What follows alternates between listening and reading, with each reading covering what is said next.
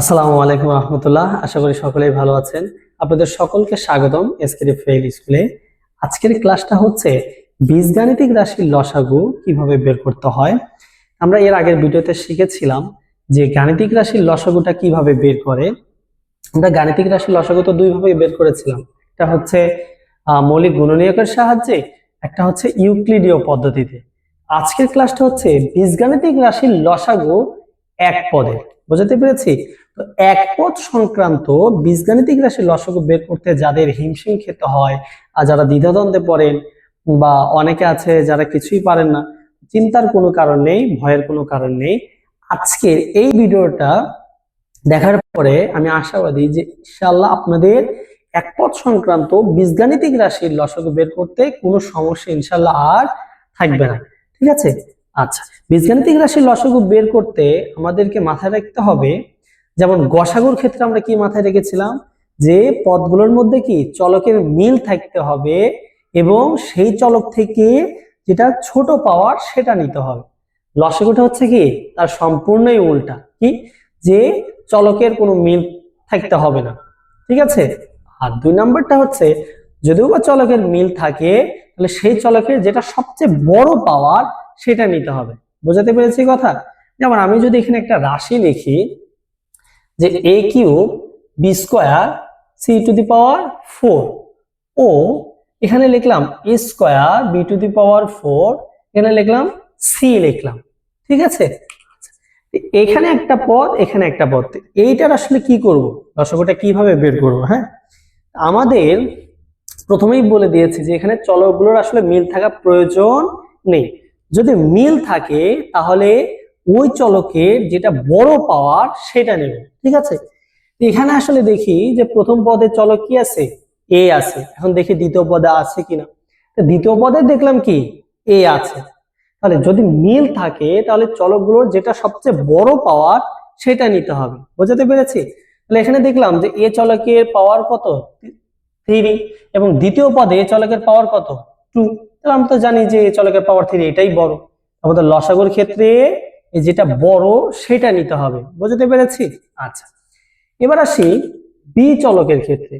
এখানে দেখলাম প্রথম পদেও বি আছে, দ্বিতীয় পদেও কি বি আছে। আচ্ছা, চলকের যদি মিল থাকে তাহলে সেগুলোর যেটা পাওয়ার বড় সেটা আমাদেরকে নিতে হবে। বুঝতে পেরেছি? তাহলে কি হলো, প্রথম পদে দেখলাম বির পাওয়ার কত, 2, দ্বিতীয় পদে দেখলাম বির পাওয়ার কত, 4। তাহলে আমরা তো জানি বির পাওয়ার 4 এটাই বড় হবে। তাহলে আমি এখানে বড় যেটা সেটা নিয়ে নিলাম। ঠিক আছে? আচ্ছা, এখন সি চলক, প্রথম পদেও সি চলক আছে, দ্বিতীয় পদেও কি সি চলক আছে। প্রথম পদে সি চলকের পাওয়ার কত, 4, দ্বিতীয় পদে সি চলকের পাওয়ার কত, 1। তাহলে আমরা তো জানি যে আসলে সি পাওয়ার 4 এটাই বড় হবে, তাই না? তাহলে আমি এখানে সি পাওয়ার 4 নিয়ে নিলাম। এবার এই সবগুলো গুণন করে দিলেই আমাদের কি হয়ে যাবে, লসাগু বের হয়ে যাবে। বোঝাতে পেরেছি কথা? এখন এরকম যদি হয় যে স্যার আপনি তো এরকম করালেন যে এখানে তো তিনটা চলকের মিল আছে, যদি মিল না থাকে তাহলে কি করব?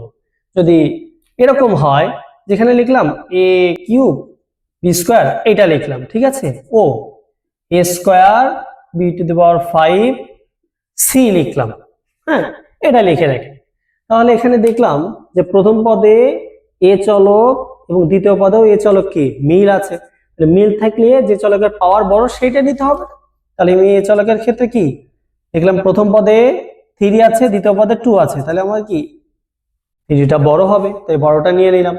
প্রথম পদে বি চলকের পাওয়ার কত, 2, দ্বিতীয় পদে বি চলকের পাওয়ার কত, 5। তাহলে বড় কে, বি চলকের পাওয়ার 5, এটাই তো বড়, তাই না? এটা নিয়ে নিলাম। এইবার প্রথম পদে কিন্তু চলক সি নেই, কিন্তু দ্বিতীয় পদে কি চলক সি আছে। লসাগুর ক্ষেত্রে হচ্ছে যেটা মিল আছে সেটাও নিতে হবে, যেটা মিল নেই সেটাও নিতে হবে। বুঝতে পেরেছি? আচ্ছা, লসাগুটা হচ্ছে এরকম ছেলে মানুষের মতো যারা আসলে সকলকেই ভালোবাসতে পারে। ঠিক আছে? তো আসলে ঠিক এরকম যে মিল থাকলেও সে নিবে, মিল না থাকলেও কি সে নিবে। বুঝতে পেরেছি কথা?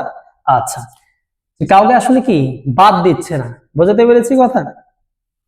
আচ্ছা, লসাগুটা হচ্ছে কি আসলে ছেলে মানুষের মতো, কি, যে যারা আসলে সকলকে ভালোবাসতে পারে, ঠিক আছে। আসলে মিল থাকলেও নিবে, না থাকলেও নিবে, মানে কাউকে আসলে ভালোবাসা থেকে বঞ্চিত করে না। বুঝতে পেরেছে কথা? আচ্ছা, এখানে কি যে সি চলকটা শুধু 2 নাম্বার পদে আছে, কিন্তু প্রথম পদে কি নেই, তারপরেও কি সি চলকটা আমাদের নিতে হবে। বুঝতে পেরেছি কথা? এখানে যদি সির উপরে পাওয়ার 2 থাকতো তাহলে সির উপরে পাওয়ার 2 নিতাম, সির উপরে পাওয়ার 10 থাকলে সির উপরে পাওয়ার 10 থাকলাম, যেটা আছে সেটা নিয়ে নিতাম। বুঝতে পেরেছি? এবার এই সবগুলো গুণন করে দেব, তাহলে কি হবে a cube b two the power 5c, এইটা হচ্ছে আমাদের লসাগু। বুঝতে পেরেছি কথা? আচ্ছা, এখন কথা হলো স্যার আপনি তো বীজগাণিতিক রাশি দিয়ে করালেন, যদি এই রাশিগুলোর সাথে সংখ্যা থাকে তাহলে আমি কি করব? ধরেন আমি এরকম নিলাম যে 10 a স্কয়ার b নিলাম, ও 12 a কিউব b স্কয়ার এটা নিলাম, তাহলে এইটার আসলে লসাগুটা কি হবে? আমাদের যে সংখ্যাগুলো দেওয়া থাকবে সেই, যেমন এখানে সংখ্যা কি দেওয়া আছে, প্রথম পদে 10 এবং দ্বিতীয় পদে কি 12 দেওয়া আছে। এই যে 10 এবং 12 আপনারা কি করবেন, গাণিতিক রাশি যে লসাগু বের করেছেন সেভাবে বের করবেন। এবং সেটা আপনি মৌলিক গুণনীয়কের সাহায্যেও বের করতে পারেন, আবার কি ইউক্লিডীয় পদ্ধতিতেও বের করতে পারেন। আমি যদি ইউক্লিডীয় পদ্ধতিতে বের করে নেই, এখানে 5 দুগুণা 10, 6 দুগুণা 12। বুঝতে পেরেছি? এমন কোন সংখ্যা নেই যেটা আসলে একই সঙ্গে 5 এবং 6 কে ভাগ করে, তাহলে আর করা যাবে না, এখানে কি রেখে দিতে হবে। তাহলে আমাদের সম্পূর্ণ যদি গুণন করে দেই 2 গুণন 5 গুণন 6, তাহলে কত হয় 5 6 30, 30 দুগুণা 60। তাহলে আমরা দেখলাম এই যে সংখ্যাগুলো আছে এই সংখ্যাগুলোর লসাগু কত 60, তাহলে আমি 60 নিয়ে নিলাম। এবার আসি চলকগুলোর ক্ষেত্রে, দেখলাম প্রথম পদে চলক কি আছে এ আছে, দ্বিতীয় পদে কি চলক এ আছে, মিল থাকার পরে যে চলকের পাওয়ার সবচেয়ে বেশি ওইটা নিতে হবে। আমি প্রথম পদে দেখলাম কি এর উপরে পাওয়ার কত 2 আছে, দ্বিতীয় পদে এর উপরে পাওয়ার 3, তাহলে আমাদের এর উপরে পাওয়ার 3 এটাই তো বড়, তাই না, এটাই নিতে হবে। আবার বির ক্ষেত্রে প্রথম পদে বি আছে এবং দ্বিতীয় পদেও কি বি আছে, প্রথম পদে দেখলাম বির উপরে কোনো পাওয়ার নেই, তার মানে কত 1 আছে, দ্বিতীয় পদে কি বির উপরে পাওয়ার 2 আছে। বুঝতে পেরেছি কথা? আমাদের এর মধ্যে বড় কে, অবশ্যই বির উপরে পাওয়ার 2, এটাই বড়।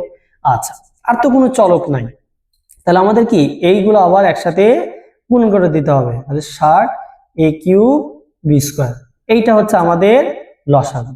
বুঝতে পেরেছি কথা? আচ্ছা, এখন যদি এরকম হয় যে, যেমন আমি এখানে যদি একটা সংখ্যা লিখি, যেমন 2a ও 3b, এইটা যদি হয় তাহলে আমরা এটা কি করব? ঠিক তেমনি 2 এবং 3 এই সংখ্যাগুলোর আগে লসাগু বের করতে হবে। 2 এবং 3 এর যদি ইউক্লিডীয় পদ্ধতি বের করতে যাই, আসলে আমরা দেখলাম এখানে এমন কোনো সংখ্যা নাই যেটা 2 এবং 3 কে একই সঙ্গে ভাগ করে, ঠিক আছে। যদি এরকম একই সঙ্গে ভাগ করতে না পারে, মানে অন্তত দুইটা সংখ্যাকে যদি ভাগ করা না যায়, তাহলে আমরা কি করব? সেই দুইটা সংখ্যা ডিরেক্টলি গুণ করে দেব, তাহলে 3 দুগুণে কত 6 হয়, যেটা আমি গাণিতিক রাশিতেই আসলে শিখে এসেছি। আচ্ছা, তাহলে এখানে এই যে সংখ্যা 2 এবং সংখ্যা 3 এটার লসাগু কত 6, আমি 6 নিয়ে নিলাম। আচ্ছা, এরপরে চলক দেখলাম প্রথম পদে আছে কি এ, দ্বিতীয় পদে কি আসলে এ আছে নাই, তার মানে কি আমাকে ওইটা নিতে হবে। আচ্ছা, পরে দেখলাম দ্বিতীয় পদে চলক কি আছে বি আছে, যেটা আসলে প্রথম পদে নেই, তারপরেও তো আমাদের কি মিল না থাকলেও সেটা নিতে হবে। বুঝতে পেরেছি কথা? এইগুলো যখন আমি আবার গুণন করে দেব, তাহলে এটাই হবে কি আমাদের লসাগু। বুঝতে পেরেছি কথা? আচ্ছা, তো এই হচ্ছে বীজগাণিতিক রাশির লসাগু, ঠিক আছে। একপদ সংক্রান্ত বীজগাণিতিক রাশির লসাগু বের করতে যাদের সমস্যা ছিল, আমি আশা করি এই ভিডিওটা দেখার পরে ইনশাআল্লাহ আপনাদের সেই সমস্যাগুলো দূর হয়ে গিয়েছে। হ্যাঁ, এখন কথা হচ্ছে আমি যেটা সবসময় বলি যে এই ভিডিও থেকে কিছু শিখলেন, শেখার পরে কি হবে, বাসায় 2টা 4টা 5টা কি করবেন, প্র্যাকটিস করবেন। প্র্যাকটিস যদি করেন ইনশাআল্লাহ এই জিনিসটা আর আপনি ভুলবেন না। বুঝতে পেরেছি কথা? তো প্র্যাকটিসের আসলে কোনো বিকল্প নেই। আশা করি ভিডিওটা আপনাদের ভালো লেগেছে। ইনশাআল্লাহ দেখা হবে পরের কোনো ভিডিওতে। আসসালামু আলাইকুম ওয়া রাহমাতুল্লাহ।